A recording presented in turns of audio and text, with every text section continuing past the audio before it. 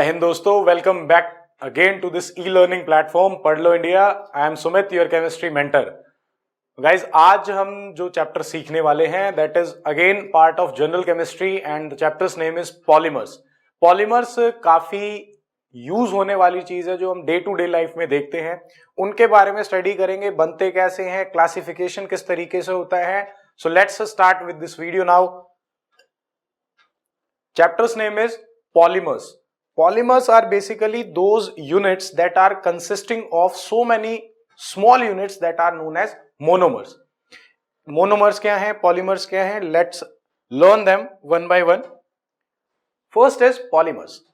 Polymers होते हैं high molecular masses macromolecules which consist of repeating structural units that are derived from the appropriate monomers. खूब सारे monomers जब आपस में मिलते हैं तो एक लॉन्ग चेन स्ट्रक्चर फॉर्म करते हैं, जिस लॉन्ग चेन स्ट्रक्चर का नाम होता है पॉलीमर. अब मोनोमर्स क्या है? Monomers are the repeating units that are present in any of the polymer. किसी भी पॉलीमर के अंदर जो रिपीटिंग यूनिट्स प्रेजेंट होती हैं उनको बोला जाता है monomers, that are called as monomers.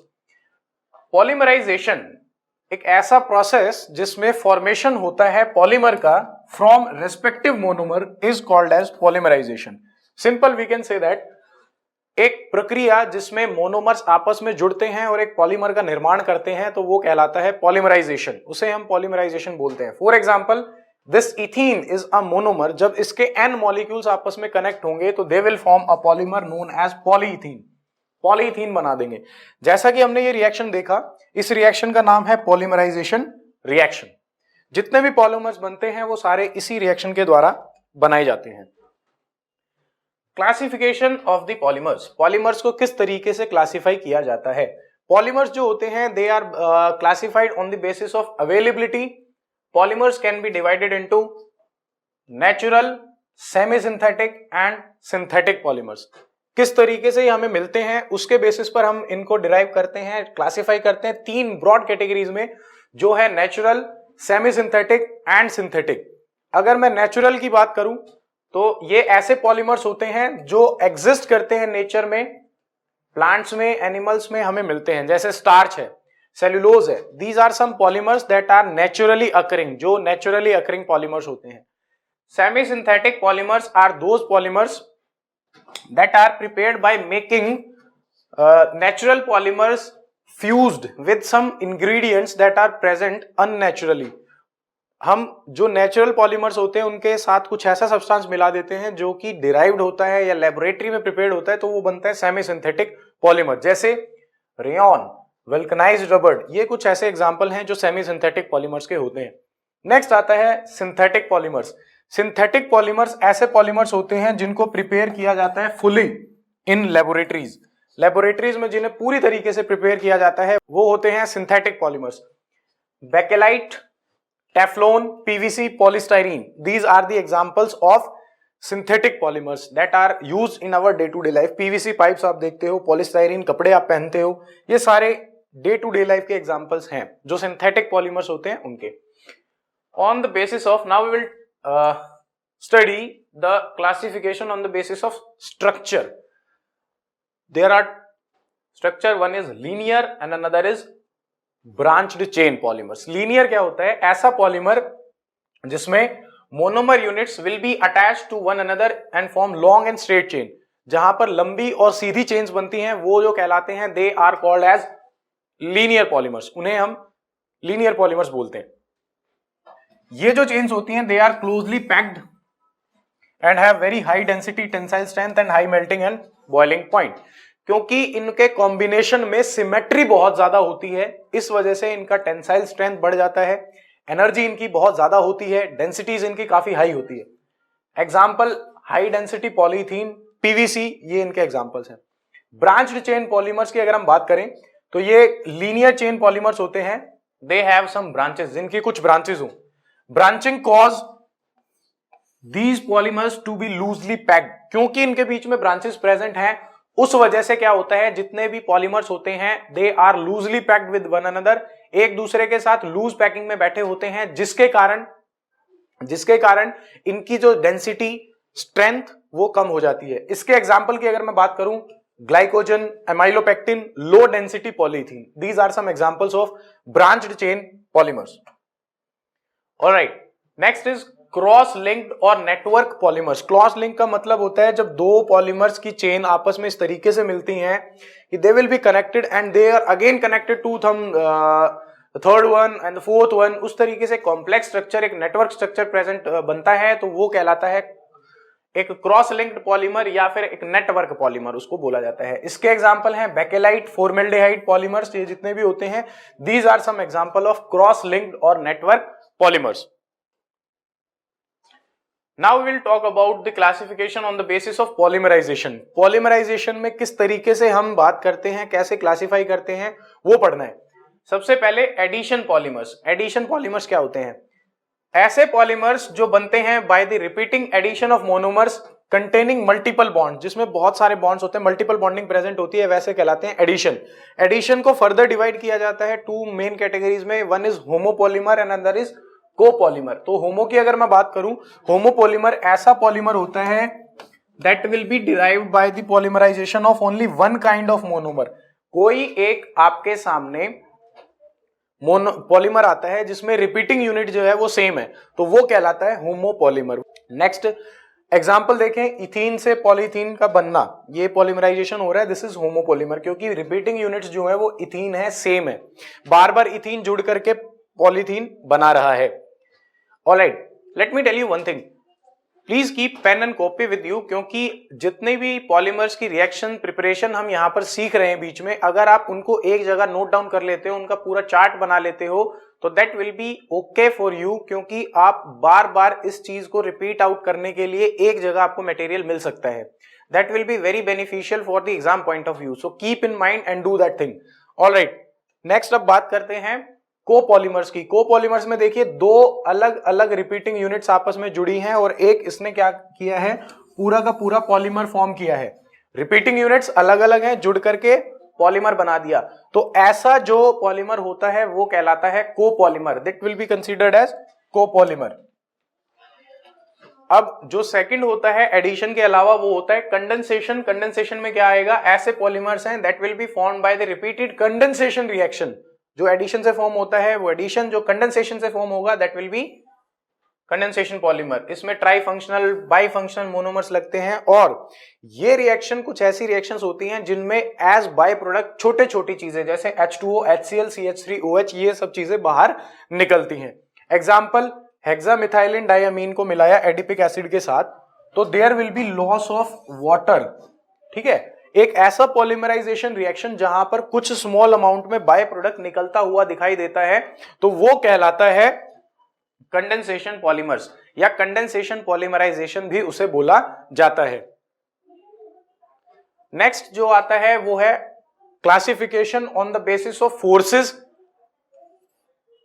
Elastomers, fibres, thermosetting plastic, thermoplastic. क्या होते हैं, let's talk one by one. Elastomers, ये कुछ ऐसे पॉलीमर्स होते हैं, अगर डेफिनेशन पे जाएं तो these are held together by weak van der Waals forces and have low elasticity. इनके अंदर इलास्टिसिटी कम होती है, लो डेंसिटी के होते हैं, क्यों, because they are connected by the low और weak van der Waals forces. Example, Buna S, Buna N, neoprene, examples are quite important. Next आता है फाइबर्स।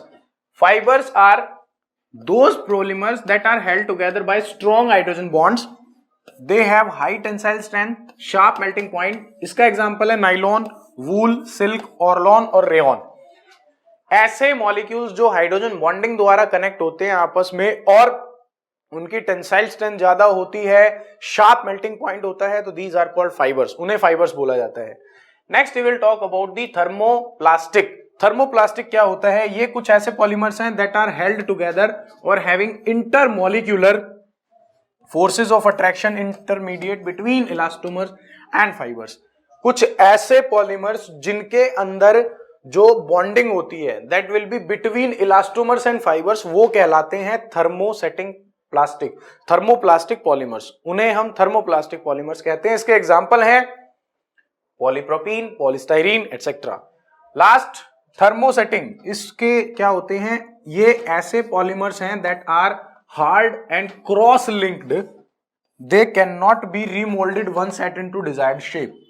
ऐसा पॉलीमर जो एक बार बन गया है उसे दोबारा किसी और शेप में नहीं कन्वर्ट किया जा सकता, that will be considered as thermosetting polymer, उसे हम थर्मोसेटिंग पॉलीमर बोलते हैं। For example melamine, bakelite, these are some polymers that are thermosetting polymers. कुछ थर्मोसेटिंग पॉलीमर्स के ये एग्जांपल्स हैं।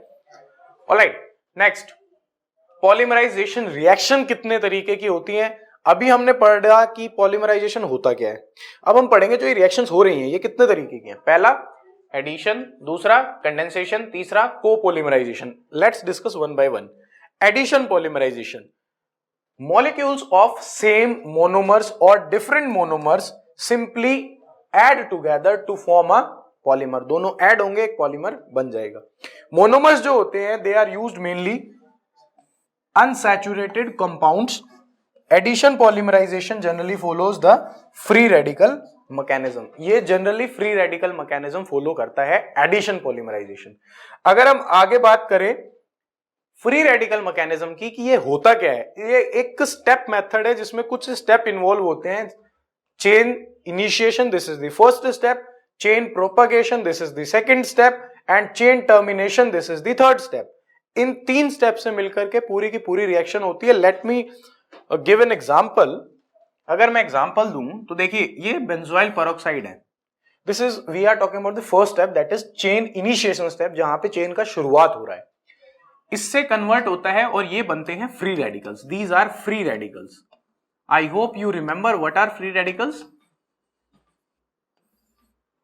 फ्री रेडिकल बना, फ्री रेडिकल आता है और एक मोनोमर के पास बैठ जाता है, कनेक्ट होता है, कनेक्ट होने के बाद इस तरीके से कंपाउंड बना लेता है। अब क्या होगा, जो फ्री रेडिकल होगा वो मोनोमर का बन जाएगा। इस तरीके से धीरे धीरे धीरे धीरे रिपीटिंग होती रहती है और रिपीटिंग वाले स्टेप को बोला जाता है चेन प्रोपगेशन स्टेप, यानी चेन का बढ़ना। और एक टाइम ऐसा आता है जब हम डिजायर्ड यूनिट्स को जोड़ चुके हैं तो वहां पर हमें टर्मिनेट कराना है, उसे रोकना है, तो that will B chain termination step. उसको चेन टर्मिनेशन स्टेप बोला जाता है, जहां पे क्या किया जाता है, दो चेन्स को आपस में मिला दिया जाता है ताकि फर्दर फ्री रेडिकल फॉर्म ना हो और चेन जुड़ जाए and we will get a polymer, हमें पॉलीमर मिल जाए। दिस इज द स्टेप, और we can say that it is the addition polymerization. Preparation of some addition polymers. अब कुछ अगर एडिशन पॉलीमर्स की प्रिपरेशन की बात करें तो सबसे पहले आता है पॉलीथीन। पॉलीथीन दो तरीके से बन सकता है, एक लो डेंसिटी पॉलीथीन और एक हाई डेंसिटी पॉलीथीन। अगर हम लो डेंसिटी पॉलीथीन की बात करें तो ये बनती है by the polymerization of ethene at 350 to 750 kelvin. 350 से लेकर 750 केल्विन तक का जो टेम्परेचर होता है उसके बीच में जो भी डेंसिटी की पॉलीथीन बनेगी that will be called as low density polythene. 1000 से 2000 प्रेशर भी इसमें चाहिए होता है, atmospheric pressure is needed.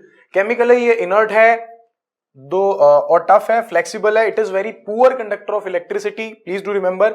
Use किया जाता है इसको इंसुलेटर्स को बनाने में, और जो वायर्स होते हैं वायर्स के ऊपर जो भी इंसुलेशन लगा होता है उसको बनाने में लो डेंसिटी पॉलीथीन का यूज काफी किया जाता है।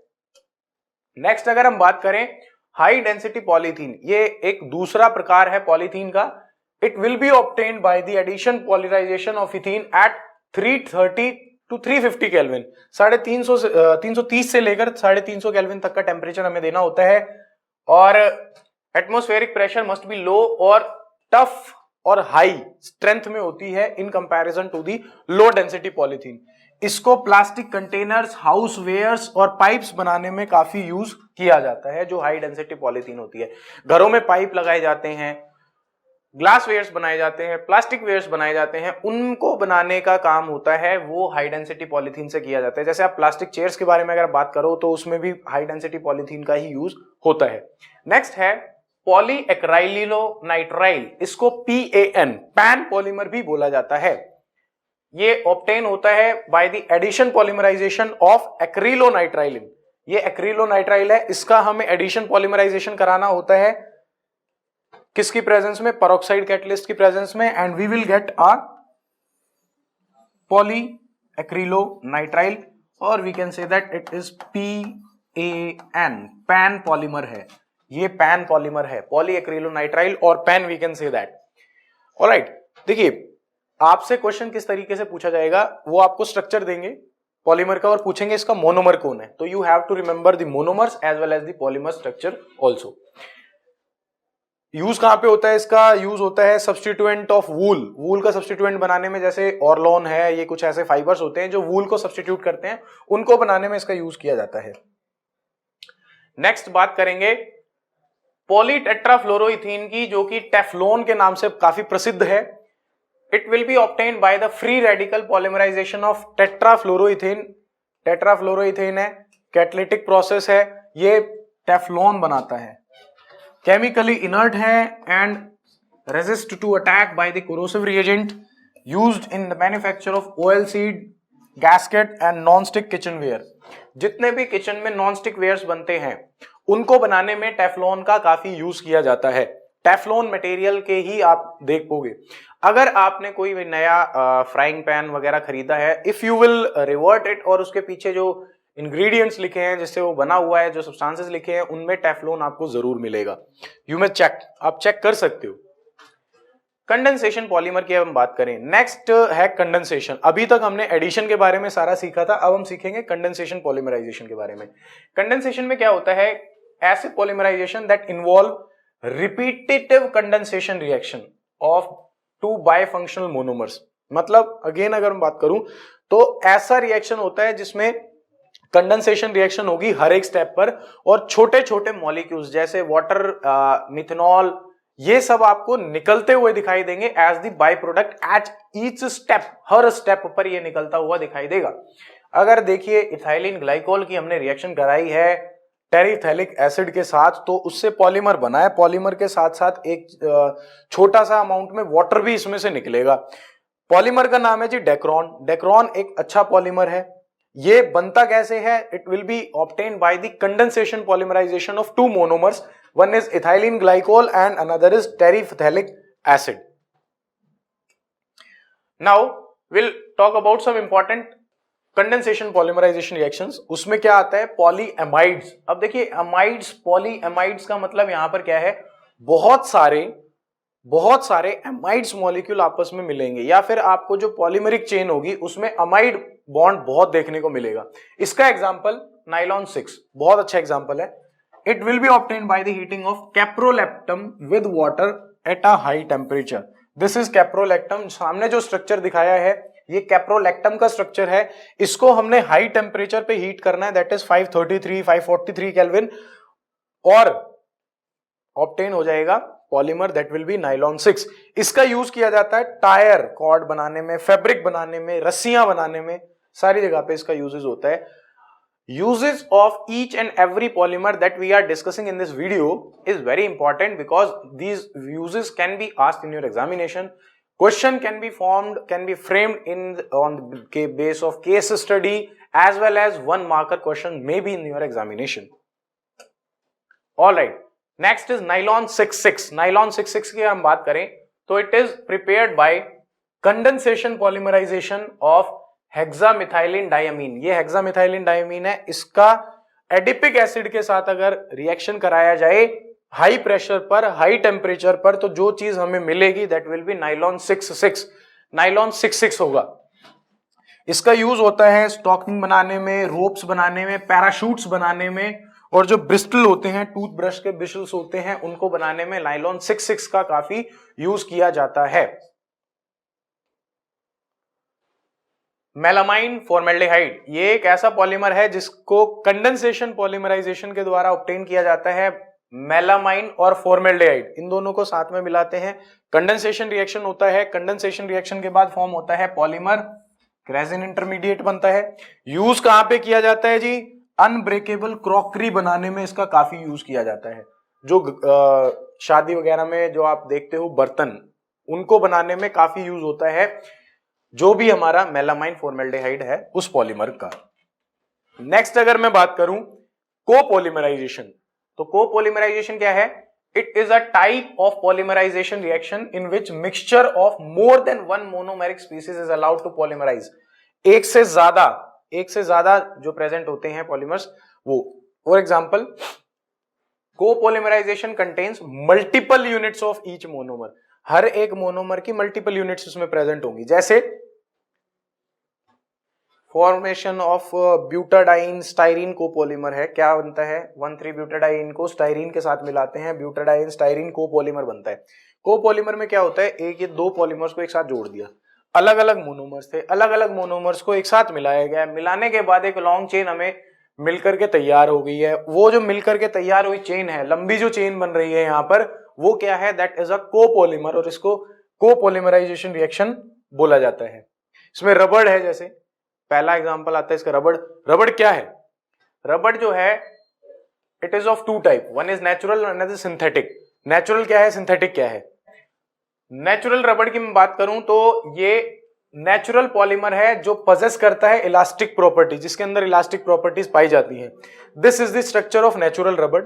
एक लीनियर पॉलीमर है आइसोप्रीन का, आइसोप्रीन इज 2-मिथाइल 1,3 ब्यूटाडाइन, इसका एक पॉलीमर होता है, लीनियर स्ट्रक्चर इसका होता है। Drawbacks are there, what are the drawbacks, it become soft at high temperature, अगर आप इसका टेम्परेचर बढ़ाओगे तो it will become quite soft, ये बहुत सॉफ्ट हो जाता है। And brittle at low temperature, और अगर टेम्परेचर घटाओगे तो brittle. It is non resistant to the attack of oxidizing agents, अगर इसके ऊपर ऑक्सीडाइजिंग एजेंट अटैक करेगा तो ये नॉन रेजिस्टेंट होता है, उसके लिए आता है, वो अटैक कर सकता है और इसके स्ट्रक्चर को तबाह कर सकता है।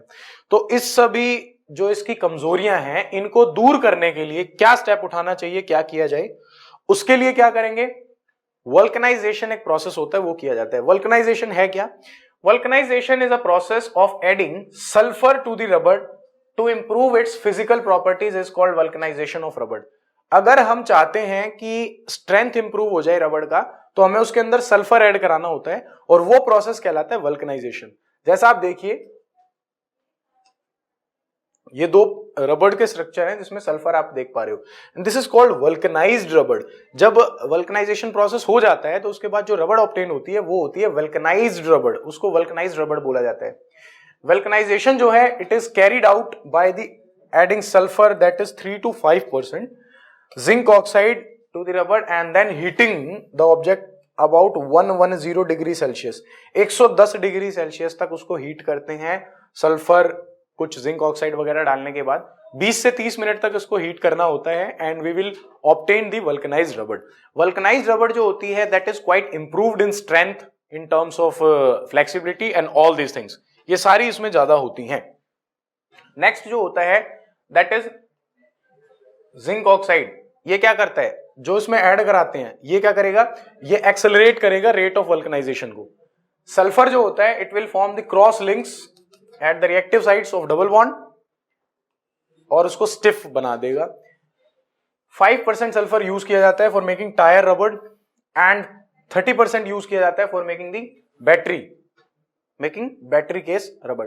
जो बैटरी का केस होता है उसको बनाने के लिए भी इसका यूज किया जाता है सल्फर का, बट उसमें कंसेंट्रेशन वेरी करती है। जैसे 30% की अगर मैं बात करूं, 30% will be in the case of battery, और टायर वगैरह बनाने में यूज करते हैं तो 5% vulcanisation will be done. Improved property जो हो जाती है आफ्टर वल्कनाइजेशन वो होती है high elasticity, low water absorbability and resistant to the oxidation. मतलब जिस तरीके से हमने बात करी थी, जो नेचुरल रबड़ है उसके ऊपर ऑक्सीडेंट आकर के रिएक्ट करते हैं और उसकी प्रॉपर्टी को खत्म कर देते हैं, लेकिन यहाँ ऐसा नहीं होता है, यहाँ दूसरा ही कुछ हो रहा होता है, क्योंकि सल्फर हम ऐड करा चुके हैं जिससे प्रॉपर्टीज चेंज हो जाती हैं। ये केमिस्ट्री का सिंपल फंडा है, जब भी हम किसी भी चीज की प्रॉपर्टी को सुधारना चाहते हैं तो कोई दूसरा एलिमेंट उसके साथ ला करके मिला दिया जाता है ताकि प्रॉपर्टी को चेंज किया जा सके। नेक्स्ट आता है synthetic rubbers. Synthetic rubbers polymers होते हैं जो डिराइव किए जाते हैं फ्रॉम 1,3 ब्यूटाडाइन और 1,3 ब्यूटाडाइन डेरिवेटिव्स। इसका जो सिंथेटिक रबर्स के जो एग्जांपल है वो दो तरह के होते हैं। एक होता है नियोप्रीन। नियोप्रीन एक होमोपॉलीमर है क्लोरोप्रीन का, जो होता है 2-chloro-1,3 butadiene. If you will see the reaction, chloroprene polymerization से नियोप्रीन बनाता है। इसका यूज किया जाता है कन्वेयर बेल्ट बनाने में, गास्केट बनाने में, और जो हाउसेज में गास्केट्स लगते हैं वो बनाने में इसका काफी यूज किया जाता है। Neoprene is one of the most important synthetic रबड़ जो हम सबसे ज्यादा यूज कर रहे हैं आजकल। नेक्स्ट आता है बूना एन। इंपॉर्टेंट है, ये एक कोपॉलीमर है तो सिंथेटिक रबड़ लेकिन एक कोपॉलीमर है 1,3-ब्यूटाडाइन का विद एक्रिलोनाइट्राइल, एक्रिलोनाइट्राइल के साथ ये बनता है Buna N. It will be carried out in the presence of peroxide catalyst. अच्छा, यहां पर आपसे पूछा जा सकता है कि बुना एन की प्रिपरेशन में कौन सा कैटलिस्ट यूज किया जाता है, तो it will B A peroxide catalyst. वो पेरोक्साइड कैटलिस्ट होगा जो आपने यूज करना है। कोपोलिमराइजेशन ये रिएक्शन होती है। बुना एस का ये स्ट्रक्चर है, स्ट्रक्चर याद होना चाहिए, मोनोमर याद होना चाहिए। यूज कहां पे है इसका? Conveyor belt, again printing rollers जो होते हैं उनको बनाने में भी इसका काफी यूज किया जाता है। नेक्स्ट बात करते हैं बायोडिग्रेडेबल पॉलीमर्स की। बायोडिग्रेडेबल पॉलीमर्स क्या होते हैं? ऐसे पॉलीमर्स हैं, या हम कह सकते हैं सिंथेटिक पॉलीमर्स हैं, that are hydrolyzed by the enzymes to some extent, degraded by oxidation. Oxidation द्वारा डिग्रेड किए जाते हैं एट सम एक्सटेंट, उनको बोला जाता है biodegradable polymers. These polymers contains functional group similar to the functional group present in the biopolymers.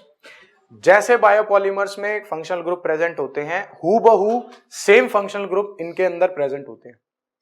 Basically अगर बात करें, बायोडिग्रेडेबल पॉलीमर्स ऐसे पॉलीमर्स होते हैं जिनको डिकम्पोज कराया जा सकता है by the action of the bacteria, viruses और the decomposers that are present in our nature. जितने भी प्रकृति में प्रेजेंट है उनके द्वारा इनको डिकम्पोज कराया जा सकता है। बायोडिग्रेडेबल पॉलीमर्स काफी प्रचलन में है, जैसे सबसे पहला PHBV, पॉलीहाइड्रोक्सी ब्यूटाइरेट को बीटा हाइड्रोक्सी वेलिरेट। ये इसका बहुत ही तुच्छ सा नाम है, छोटा सा नाम है। प्रिपेयर कैसे किया जाता है? ये एक पॉलीमर है, कोपॉलीमर है। 3 हाइड्रोक्सी ब्यूटेनोइक एसिड, ये पहला मोनोमर है। 3 हाइड्रोक्सी पेंटेनोइक एसिड, ये दूसरा मोनोमर है। आपस में मिलाते हैं, रिएक्शन का नाम है कोपोलिमराइजेशन, और इससे बनता है पॉलीमर PHBV। ये एक बायोडिग्रेडेबल पॉलीमर है जिसको काफी यूज किया जाता है ऑर्थोपेडिक डिवाइसेस बनाने में। कैप्सूल का जो कवर होता है उसको बनाने में भी इसका यूज किया जाता है, क्योंकि ये डिग्रेड हो जाता है, बॉडी में जाने के बाद डिग्रेड हो जाता है। और ड्रग डिजाइनिंग जो करनी होती है वो इस तरीके से करनी होती है सो दैट जितने भी कंपोनेंट है वो हमारे शरीर के अंदर रुके ना रहें, वो वहां से निकल जाएं। निकालने के लिए हमें ऐसा करना पड़ता है। ऑलराइट, सुचर पॉलीमर्स कोपॉलीमर हैं जी। ग्लाइकोइक एसिड और लैक्टिक एसिड के स्ट्रक्चर क्या है? हीलिंग प्रोसेस, सील करना वाउंड के साथ, सुचर उसमें हेल्प करते हैं। Dextran, it was the first biodegradable polymer suture that is made from the biodegradable polyesters for the post operation stitches। Stitches जब लगाए जाते हैं तो उसमें इन सुचर पॉलीमर्स का यूज किया जाता है, क्योंकि ये बायोडिग्रेडेबल हैं और इन्हें काटने की जरूरत नहीं पड़ती, अपने आप घुल जाते हैं शरीर के अंदर और शरीर में किसी तरीके का कोई भी नुकसान नहीं पहुंचाता। These are very important polymers. Nylon 2, nylon 6, ये भी एक पॉलीमर है, कोपॉलीमर है। अमीनो कैप्रिक एसिड, और ये बायोडिग्रेडेबल का है, it is a biodegradable. Glycine, amino कैप्रिक acid मिलाकर के नाइलॉन 2, नाइलॉन 6 बनता है। ये स्ट्रक्चर याद रखना है, दोनों मोनोमर्स याद रखने हैं, मोनोमर्स का स्ट्रक्चर याद रखना है, क्योंकि यही आपसे क्वेश्चन पूछे जाते हैं। These are some polymers, given some monomers and uses of them. Table is quite important. You must remember it because 1 or 2 mark question can be framed. Basically तो इसमें से case based study, assertion, reason, ये वाला प्रश्न पूछा जाता है, क्योंकि बेसिकली ये सारे के सारे कुछ ऐसे स्ट्रक्चर्स होते हैं, कुछ ऐसी चीजें होती हैं जो डेली लाइफ में हमें देखने को मिलते हैं, तो केस स्टडी बेस्ड क्वेश्चन इसमें से बन सकता है।